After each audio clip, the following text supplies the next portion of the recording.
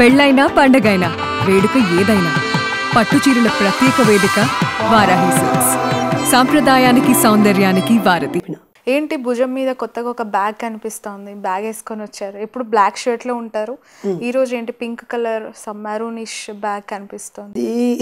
ఇది పెద్ద విషయమా? నాతో ఎప్పుడు ప్లెయిన్ షర్ట్ లో ఎందుకు ఆడపిల్లలే వేసుకోవాలా బ్యాగులు, మేము మొగలు వేసుకోకూడదా? తప్పలేదు. మీరు హ్యాండ్ బ్యాగ్ వేసుకుంటే ఎందుకు వేసినామని అడుగుతారా? ఆడపిల్లలకి ఏముంటాయండి, మేకప్ సెట్ ఉంటుంది, దువ్వెన్లు, లేదంటే చిన్న డైరీస్ ఉంటాయి, పెన్స్ ఉంటాయి, ఎన్నో ఉంటాయి బిలాంగింగ్స్. మీకేముంటది, షర్టు ప్యాంటు ఏమైనా పెట్టుకోవాలంటే జేబులు ఉంటాయి, ఇంకా బ్యాగులు ఎందుకు మీకు? మీరు అలా అనుకోవడమే తప్పు. వరల్డ్ వైడ్గా కాస్మోటిక్స్ యూజ్ చేసే వాళ్ళలో లేదా మేకప్ కిట్స్ యూజ్ చేసే వాళ్ళలో ఈ అలంకరణ కోసం ఎక్కువ డబ్బులు ఖర్చు పెట్టేది ఆడపిల్లల కంటే మగవాళ్ళే ఎక్కువ. ఓ, ఇది నిజం. అయితే చాలా మంది అమ్మాయిలు జాగ్రత్తగా బైరి నరేష్ గారు ఆడపిల్లలకి సంబంధించి మగవాళ్ళకి సంబంధించి ఒక క్లారిటీ నిజమే. అంటే ఈ బ్యాగుని నేను నేపాల్కు వెళ్ళినప్పుడు ఈ ఇన్సిడెంట్ జరిగాక చాలా అగ్రెసివ్గా నువ్వు మాట్లాడుతున్నావు.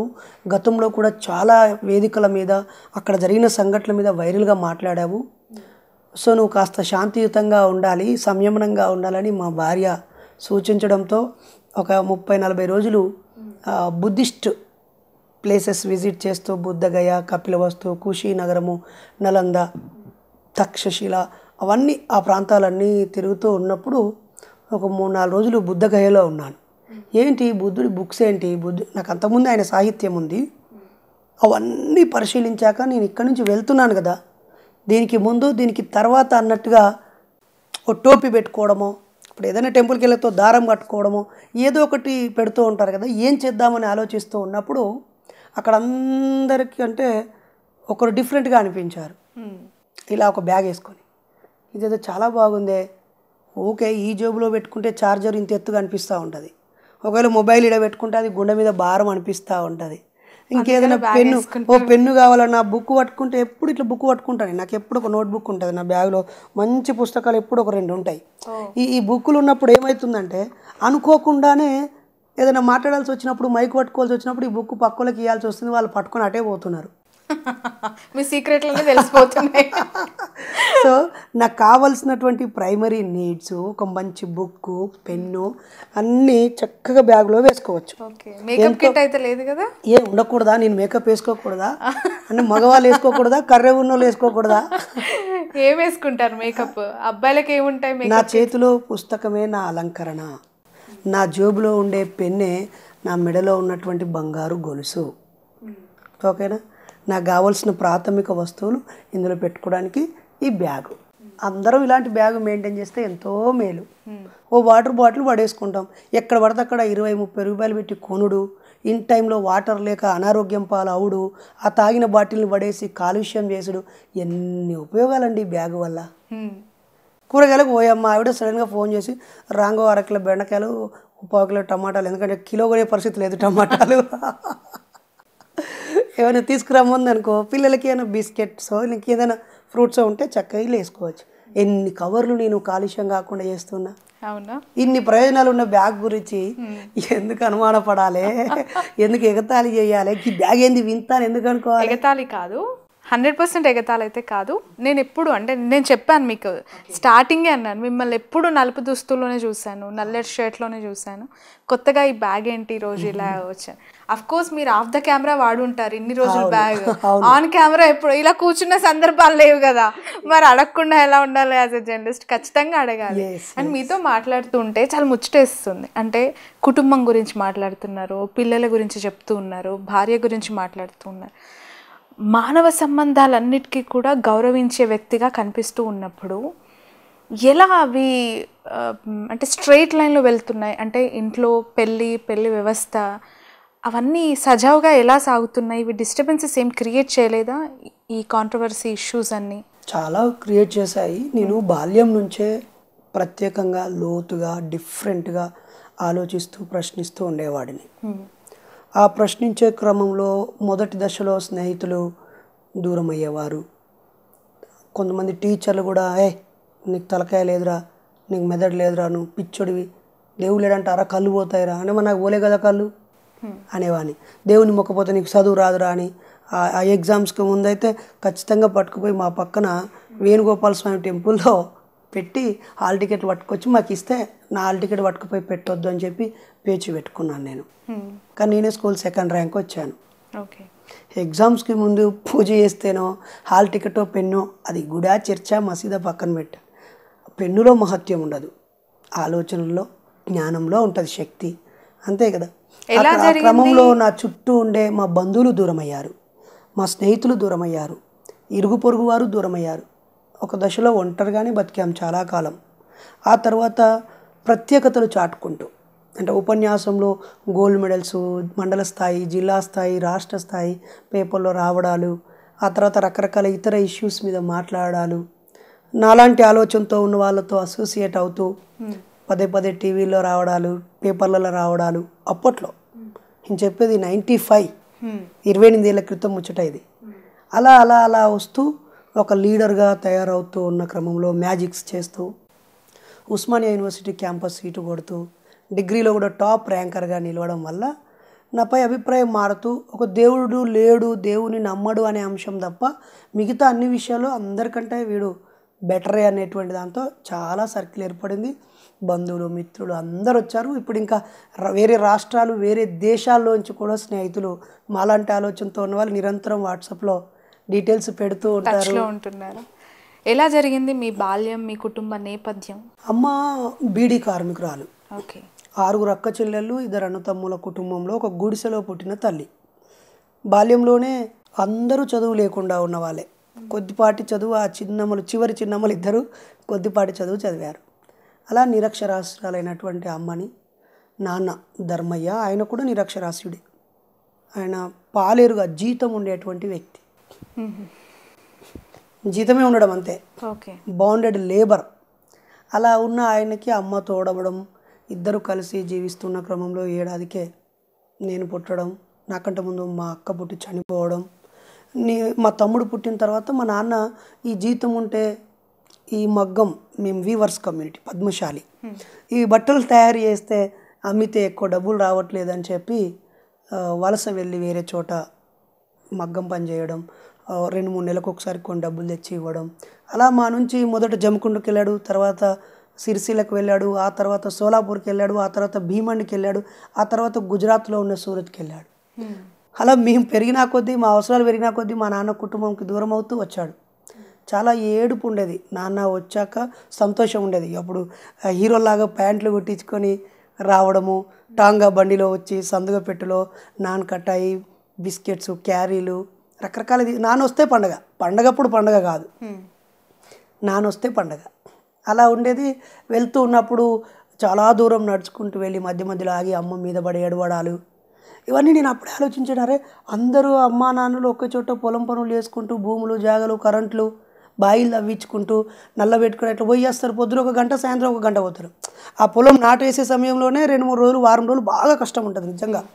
ఆ శ్రమ ఎవడు చెప్పలేడు, ఎవడు ఆ మట్టిలో దిగి చేయలేడు. మిగతా టైంలో అలా వెళ్ళి కరెంటు వేసుకొని వస్తూ ఉంటారు. కానీ మాకు మాత్రం ఎప్పుడూ ఆకలి పోరాటమే ఉండేది.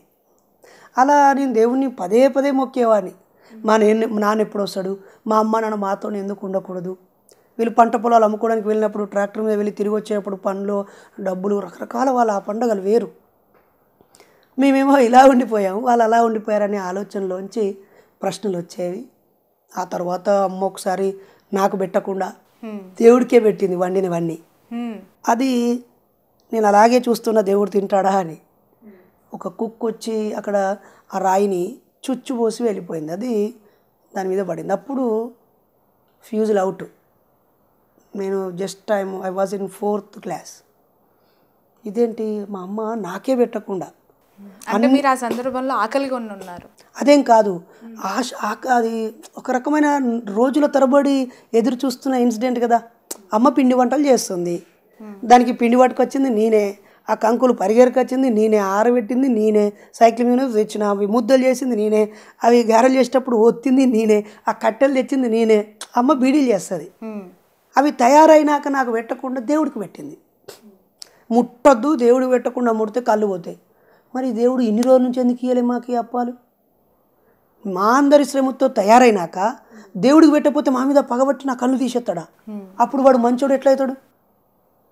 దేవుడు వచ్చి బిడ్డ నన్ను తినమనాలి, లేకపోతే ఆయనే మాకు కావాల్సినప్పుడు ఇవ్వాలి, లేకపోతే బిడ్డ నాకు ఫస్ట్ పెట్టమని అడుక్కోవాలి. అలా కాకుండా వీడు నాకు పెట్టకుండా తినడానికి పగబడతాడా? అంత పగబట్టేటోడా దేవుడు? అంత చెడ్డోడా అని ఆలోచించేవాడిని.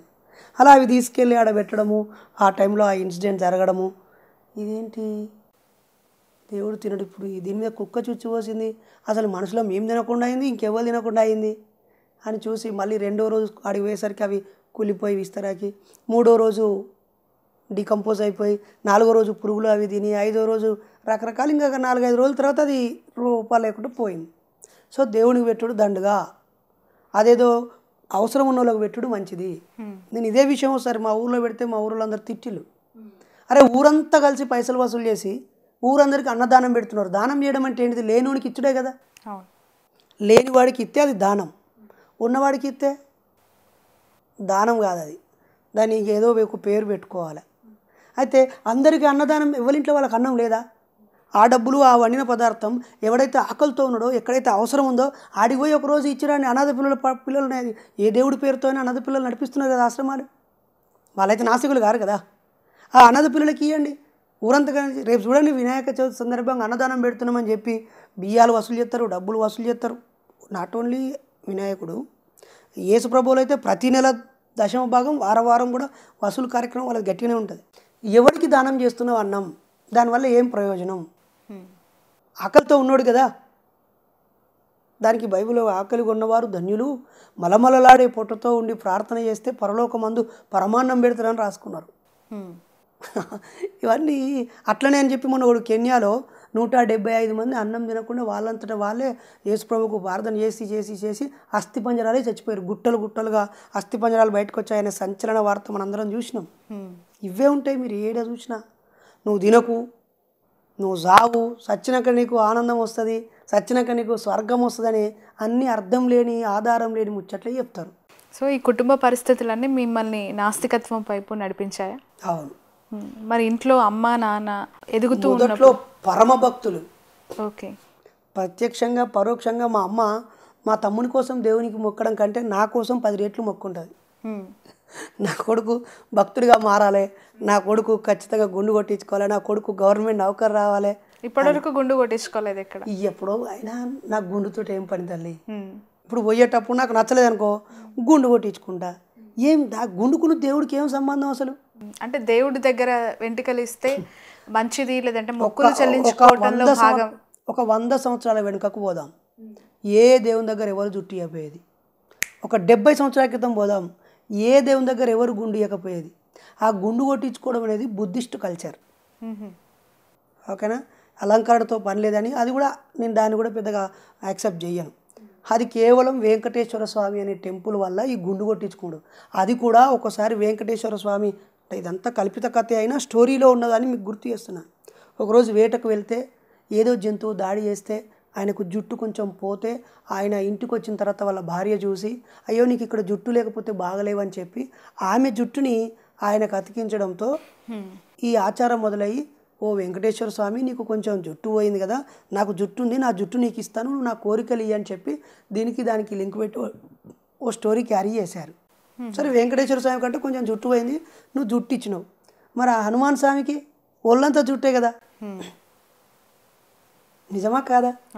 మరి వానరంకి ఒళ్ళంతా జుట్టు ఉంటే నువ్వు జుట్టు ఎందుకు ఇస్తున్నావు? అక్కడ వేరే వేరే దేవుళ్ళకు కూడా ఇది విస్తరించింది. అంటే గుండు కొట్టే అనే ప్రక్రియ నాకున్నటువంటి ఏదో ఒక కోరిక కోసం దీన్ని పెంచి దీన్ని తొలగించుకోవాలనే ఒక మంచి కాన్సెప్ట్ ఉంటుంది. అలా రిమైండర్ కదా.